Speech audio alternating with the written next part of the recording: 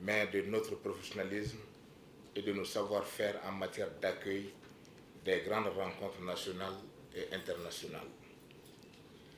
Puisqu'un palais des congrès, le CICB abrite depuis plus de 3 ans les sièges de l'une des plus grandes institutions de notre pays, à savoir le Conseil national de transition.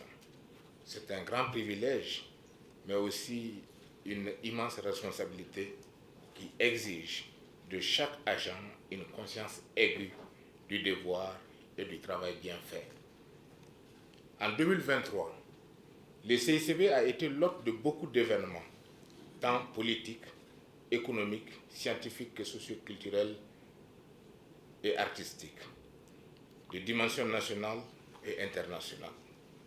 Tous ces événements se sont déroulés à la grande satisfaction des organisateurs, tant le cadre et les services offerts ont été de qualité. L'occasion est agréable pour saluer et encourager la direction générale et tous les travailleurs du CICB pour leur professionnalisme remarquable, car je sais, dans le contexte que nous connaissons, ils tiennent à force d'abnégation et d'ingéniosité. Mesdames et Messieurs les administrateurs, la présente session essentiellement budgétaire examinera le bilan de l'exercice écoulé.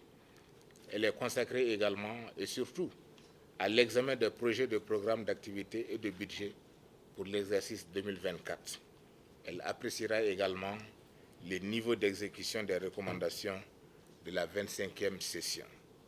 Mesdames et Messieurs les administrateurs, des documents soumis, il ressort que le budget 2023, qui s'élevait à 2 204 999 500, 2 204 999 500 francs CFA, a connu un taux global de réalisation de 61,08%.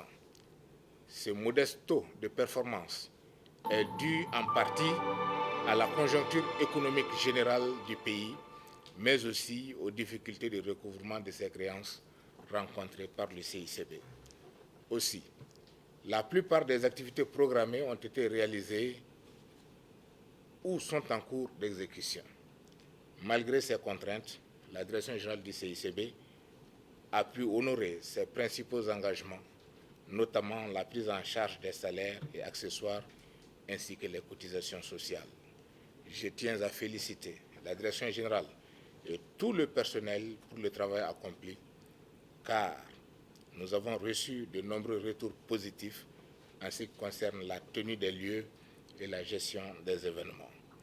Je vous invite à garder la même dynamique afin de maintenir le CICB dans les meilleurs centres, parmi les meilleurs centres de rencontres de la sous-région.